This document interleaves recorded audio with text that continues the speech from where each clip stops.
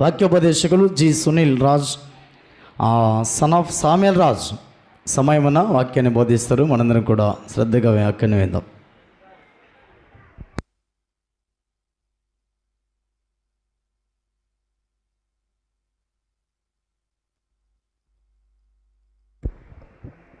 దేవుని యందు మీ అందరూ కూడా ఈ యొక్క గుడ్ ఫ్రైడే శుభాకాంక్షలు తెలియజేస్తున్నాను.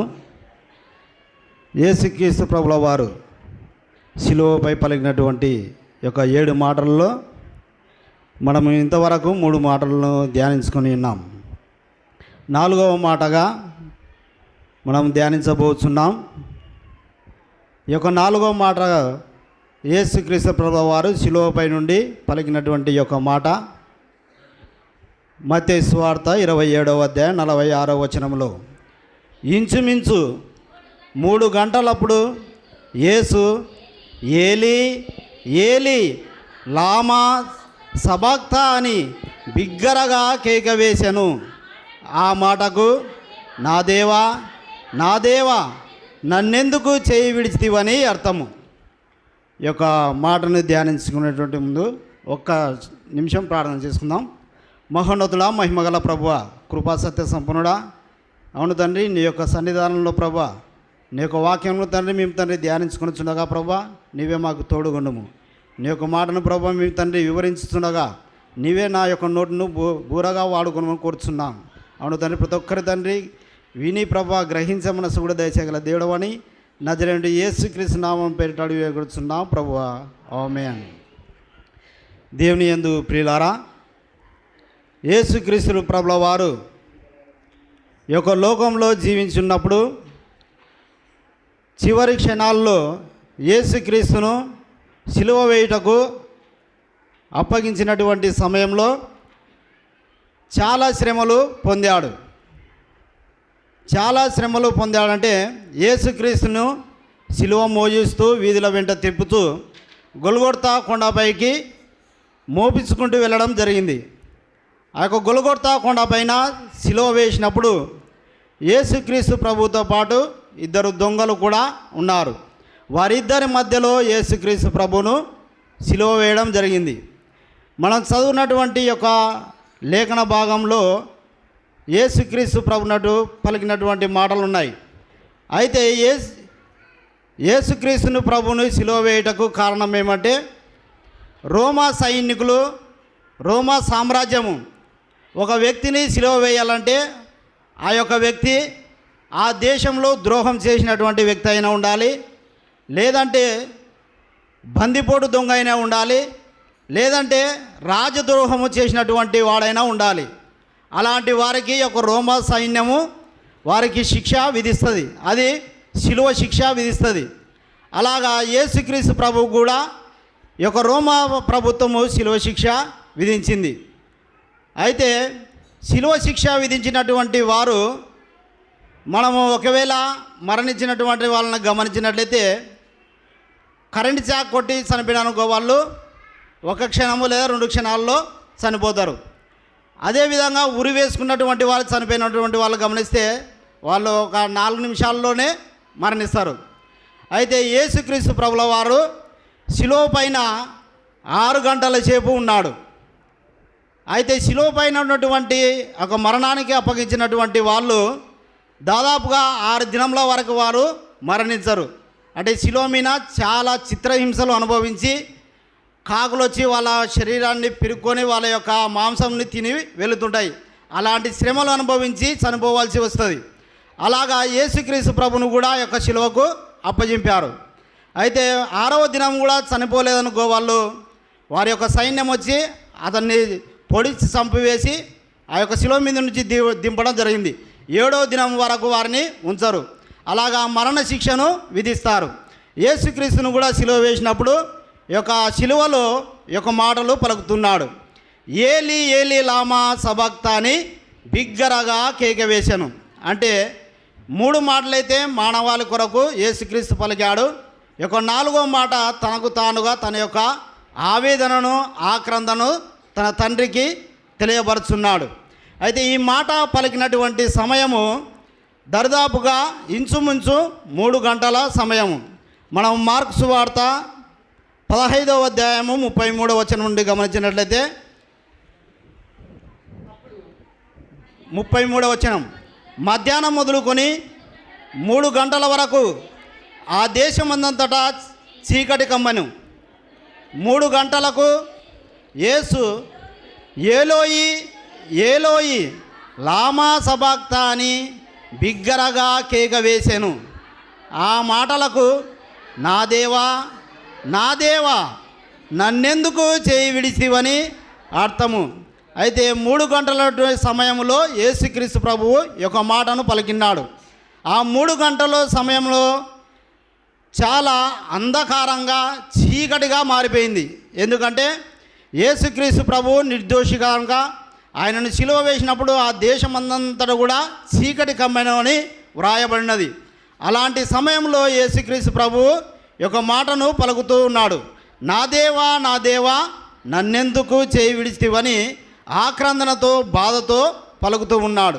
అంటే ఎందుకొరకు దేవుడు తండ్రి అయినటువంటి దేవుడు యేసుక్రీస్తు ప్రభు యొక్క చేయి విడిచాడంటే ఆయన మన యొక్క పాపాలను మోయవలసి ఉన్నది.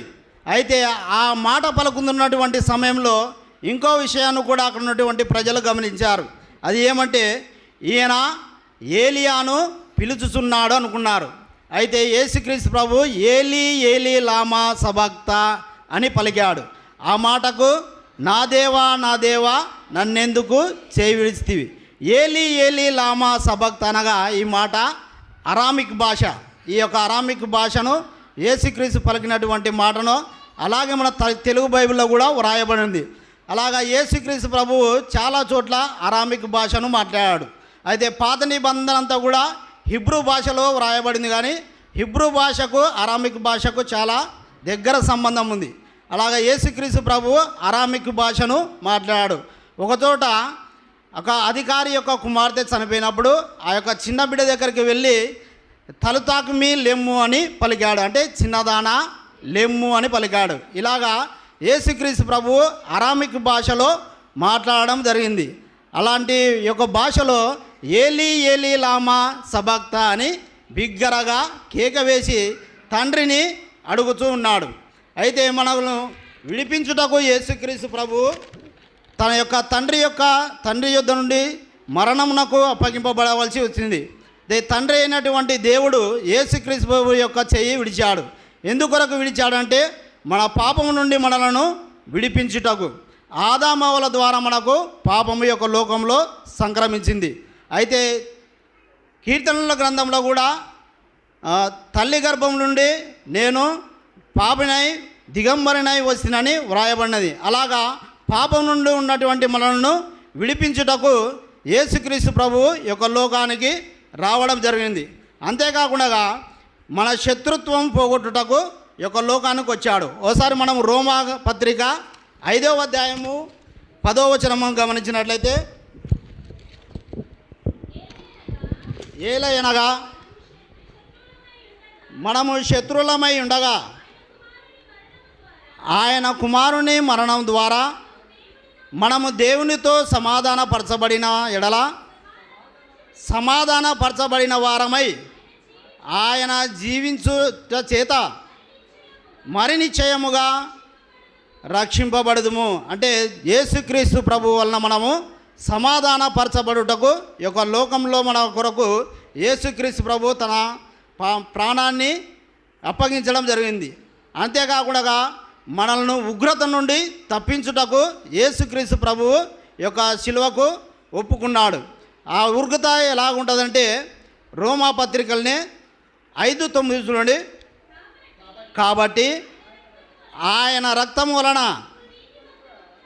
ఇప్పుడు నీతిమంతులుగా తీర్చబడి మరి నిశ్చయముగా ఆయన ద్వారా ఉగ్రత నుండి రక్షింపబడుదుము.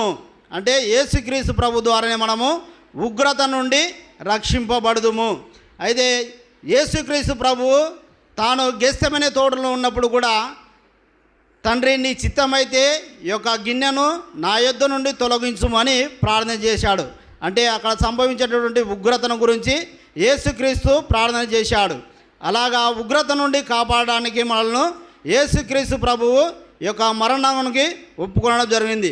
అంతేకాకుండా మనల్ని నీతిమంతులుగా తీర్చుటకు యేసుక్రీస్తు ప్రభువు ఈ యొక్క లోకంలో జీవించడము జరిగింది. అదే 5వ అధ్యాయం 9వ వచనంలోనే ఉన్నది. కాబట్టి ఆయన రక్తము వలన ఇప్పుడు నీతిమంతులుగా తీర్చబడితిమి. అంటే యేసుక్రీస్తు ప్రభు యొక్క రక్తం వలన మనము నీతిమంతులుగా తీర్చబడాం. ఇలాగా యేసుక్రీస్తు ప్రభువు మనకు రక్షణ కలిగించడానికి తండ్రి అయినటువంటి దేవుడు చేయి విడవలసి వచ్చింది. అయితే మనము నిత్య జీవం పొందుటకు యేసుక్రీస్తు ప్రభు ద్వారా మనకు నిత్య జీవము పొందుటకు చేయి విడవలసి వచ్చింది. 6వ అధ్యాయం 23వ వచనంలో చూసినట్లయితే, ఏలయనగా పాపం వలన వచ్చు జీతము మరణము, అయితే దేవుని కృపావరము మన ప్రభు అయిన యేసుక్రీస్తునందు నిత్య జీవము. మన ప్రభు అయినటువంటి యేసుక్రీస్తునందే మనకు నిత్య జీవం. అంటే పరలోక రాజ్యంలో ప్రవేశించాలంటే మన యేసుక్రీస్తు యొక్క ప్రభు ద్వారానే మనము ఈ యొక్క పరలోకంలో ప్రవేశించగలము. అక్కడే మనకు నిత్య జీవము లభిస్తుంది. కాబట్టి మన యొక్క పాపాలను, మన యొక్క ఏవైనటువంటి మన హేయ క్రియలు ఉంటే కూడా వాటిని తొలగించుకొని యేసుక్రీస్తే మన యొక్క పాపాల కొరకు తన ఆత్మను అప్పగించాడని గ్రహించి మీరందరూ కూడా ఈ యొక్క శుభ దినాలలో మీ యొక్క హృదయాలను మార్చుకోవలసిందిగా ప్రభు నామమున చేస్తూ ఈ యొక్క వాక్యాన్ని ముగిస్తున్నా. దేవుడు తన పరిశుద్ధ వాక్యాన్ని దీవించును గాక. Thank you. మంచిది.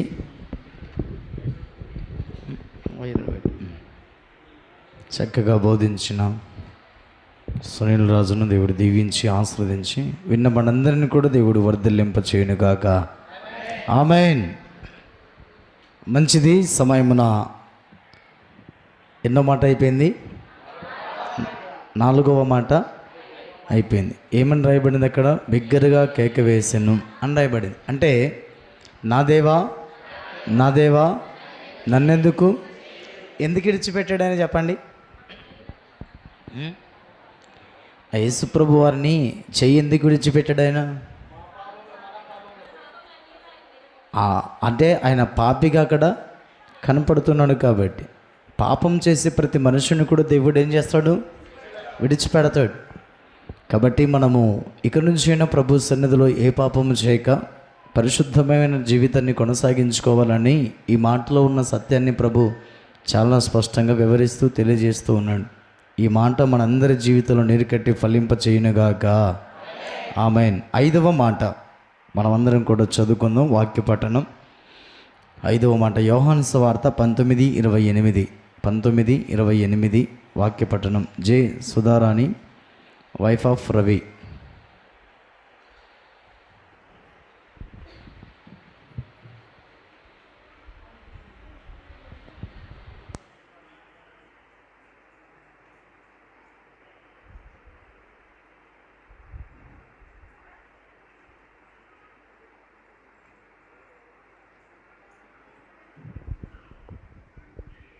దేవుని యొక్క పరిశుద్ధ గ్రంథం నుంచి యోహాను సువార్త 19వ అధ్యాయము 28వ వచనం చదువుకుందాం. అటు తర్వాత సమస్తమును అప్పటికి సమాప్తమైనదని యేసు ఎరిగి లేఖనము నెరవేరినట్లు నేను దప్పికొనుచున్నానెను. దేవుని యొక్క పరిశుద్ధ గ్రంథం వాక్యం దీవించి ఆశీర్వదించును గాక. Thank you. మంచిది. వదిలేండి.